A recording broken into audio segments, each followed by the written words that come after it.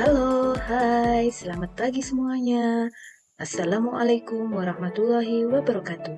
Selamat datang di acara Masa Pengenalan Lingkungan Sekolah SMP Negeri 7 Kota Blitar. Alosta Juara. Nah, sebelum kita memulai kegiatan kita hari ini, sebaiknya kita awali dengan ucapan Bismillahirrahmanirrahim.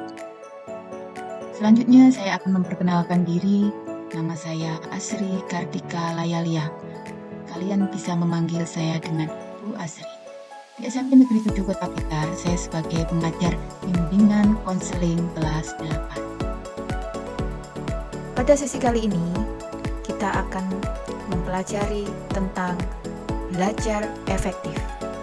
Mengapa belajar efektif ini harus disampaikan di saat MPLS ini? Ini agar supaya kalian bisa mempersiapkan diri, kalian supaya merencanakan bagaimana nanti belajar secara efektif di SMP Negeri 7 Kota Blitar, sehingga nantinya akan memperoleh hasil sesuai dengan yang diharapkan. Baik anak-anak, kita akan mempelajari tentang belajar efektif. Ada belajar, ada efektif. Kita kaji satu persatu. Yang pertama, apakah belajar itu? Saya mengambil dari dua sumber. Yang pertama, menurut Wikipedia, belajar merupakan perubahan yang relatif permanen dalam perilaku atau potensi perilaku sebagai hasil dari pengalaman atau latihan yang diperkuat. Kemudian yang kedua, belajar menurut Kamus Besar Bahasa Indonesia atau KBBI, belajar merupakan usaha memperoleh kepandaian atau ilmu, berlatih, berubah tingkah laku atau tanggapan yang disebabkan oleh pengalaman. Kemudian yang kedua, efektif adalah sebuah usaha untuk mendapatkan tujuan, hasil, dan target yang diharapkan dengan tepat waktu. Yang kedua, menurut Kamus Besar Bahasa Indonesia, efektif artinya ada efeknya, akibatnya, pengaruhnya, kesannya. Manjur atau mujarab itu kalau tentang obat, kemudian dapat membawa hasil atau berhasil guna, itu kalau tentang usaha dan tindakan. Dari kata belajar dan kata efektif tadi, kita gabungkan menjadi belajar efektif. Yang pertama saya ambil dari internet. Itu belajar efektif adalah cara belajar yang sesuai dengan kondisi personal pembelajar atau siswa, baik dari segi metode, penggunaan tempat, ataupun penggunaan waktu. Kemudian saya cari lagi belajar efektif dari data Dikdasmen. Itu mengatakan bahwa belajar yang efektif adalah proses belajar mengajar yang berhasil guna, dan proses pembelajarannya itu mampu memberikan pemahaman, kecerdasan, ketekunan, kesempatan, dan mutu atau kualitas yang lebih baik, serta dapat memberikan perubahan perilaku dan dapat diaplikasikan atau diterapkan dalam kehidupan sehari-hari, sehingga hasil dari pembelajaran itu akan dapat menghasilkan sumber daya manusia yang unggul. Berikutnya saya ambil dari tokoh dalam dunia pendidikan.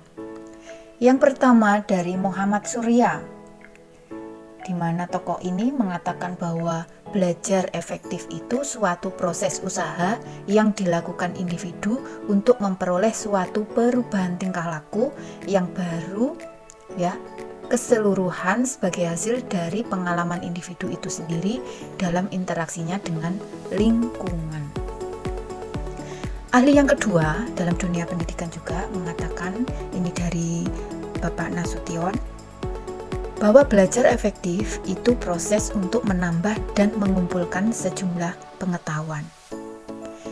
Baik anak-anak, berikutnya setelah kita mengupas satu persatu pengertian belajar efektif, kemudian belajar efektif, tiba saatnya kita masuk pada tips belajar efektif. Ini saya ambil dari data Dikdasmen. Ini akan saya persingkat saja karena pada slide sudah ada, nanti kalian bisa melihat sendiri pada slide. Masing-masing slide akan saya ambil contoh. Untuk slide yang di awal 10 poin pertama saya ambil contoh jujur dalam mengerjakan ulangan dan ujian. Ingat bahwa kejujuran itu adalah mata uang yang berlaku dimanapun dan di negara manapun. Jadi kalian harus ingat bahwa nanti ketika belajar di SMP Negeri 7 Kuta Blitar, kalian harus menjunjung tinggi kejujuran, karena ini sesuai dengan branding SMP 7, yaitu juara, jujur, budaya antri, ramah, dan agamis. Slide berikutnya, saya akan mengambil contoh nomor 11, yaitu jangan malu untuk bertanya. Sebenarnya, nanti kalau kalian sudah di SMP Negeri 7, kalian boleh bertanya kepada Bapak Ibu Guru. Kemudian, slide berikutnya, saya mengambil contoh nomor 29, yaitu mohon bimbingannya. Maksudnya di sini adalah mohon bimbingannya itu kalian di samping berusaha untuk belajar efektif, untuk mencapai hasil yang maksimal, tentu saja harus diiringi dengan doa, dengan ibadah sesuai agama masing-masing. Silakan. Berikutnya adalah rangkuman cara belajar efektif. Jadi dari masing-masing sumber, dari berbagai sumber itu sudah saya rangkum menjadi 7 poin. Yang pertama adalah berdoa. Yang berikutnya harus tahu gaya belajar kita. Berikutnya yang ketiga adalah jadikan belajar adalah sebuah kebutuhan, bukan kewajiban. Berikutnya yang keempat adalah tempat belajar. Tempat belajar tidak harus mewah, tidak harus mahal, tetapi nyaman, tenang, dan bisa membuat kalian belajar fokus. Itu yang terpenting. Yang kelima adalah rutin atau istiqomah. Yang keenam, waktu belajar yang tepat dan istirahat. Yang terakhir, nomor 7, tanyakan pada ahlinya. Bisa teman, guru, kakak, orang tua. Jadi kalau ada sesuatu yang belum paham, sesuatu yang belum mengerti, itu lebih baik tanyakan pada ahlinya, sehingga memperoleh jawaban yang tepat pula. Berikutnya, ini karena dalam masa pandemi, ini juga saya singgung sedikit bagaimana tips belajar efektif di masa pandemi. Ini saya rangkum dari berbagai sumber. Itu yang pertama, ada sudut belajar yang nyaman, ini di rumah. Yang kedua, siapkan perlengkapan dan letakkan di tempat yang terjangkau. Yang ketiga, pastikan ada jaringan internet atau kuota tersedia di HP maupun laptop. Ini yang penting. Yang berikutnya, perhatikan jadwal belajar dari sekolah dan belajar mandiri sehingga tidak terbentur ya ini. Kemudian yang kelima, jauhkan mainan atau game dan lain-lain saat belajar. Ini merupakan gangguan. Yang keenam, jaga kesehatan. Yang ketujuh, diskusi online. Yang kedelapan, membuat rangkuman, peta konsep, dan lain-lain. Yang kesembilan, cari cara untuk membantu konsentrasi. Nah, ini bisa berbagai macam, tergantung itu tadi bagaimana gaya belajarmu. Berikutnya adalah pahami, bukan menghafal. Yang berikutnya nomor 11 itu bertanyalah. Yang 12, coba terus meski gagal. Ini trial and error. Yang ke-13, menyukai mata pelajaran. Jadi semua mata pelajaran tanpa kecuali itu kalian harus menyukai. Yang nomor 14 itu memanfaatkan fasilitas yang tersedia, artinya mensyukuri apa yang dipunyai. Yang nomor 15 itu membuat review atau peta konsep. Yang nomor 16 itu membuat kesimpulan dan ajarkan. Ini tingkat yang lebih atasnya lagi, jadi mengajarkan. Nomor 17 yang terakhir itu latihan soal. Nah, baik anak-anak, mungkin itu materi yang bisa Bu Asri sampaikan. Ini ada sebuah kalimat yang menurut saya itu cukup baik ya. Tidak ada orang pintar atau bodoh dalam belajar. Yang ada hanyalah orang malas dan tidak tahu cara belajar yang baik. Penyajian materi kali ini sudah selesai.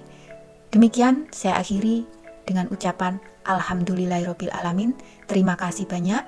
Saya ucapkan selamat pagi. Wassalamualaikum warahmatullahi wabarakatuh.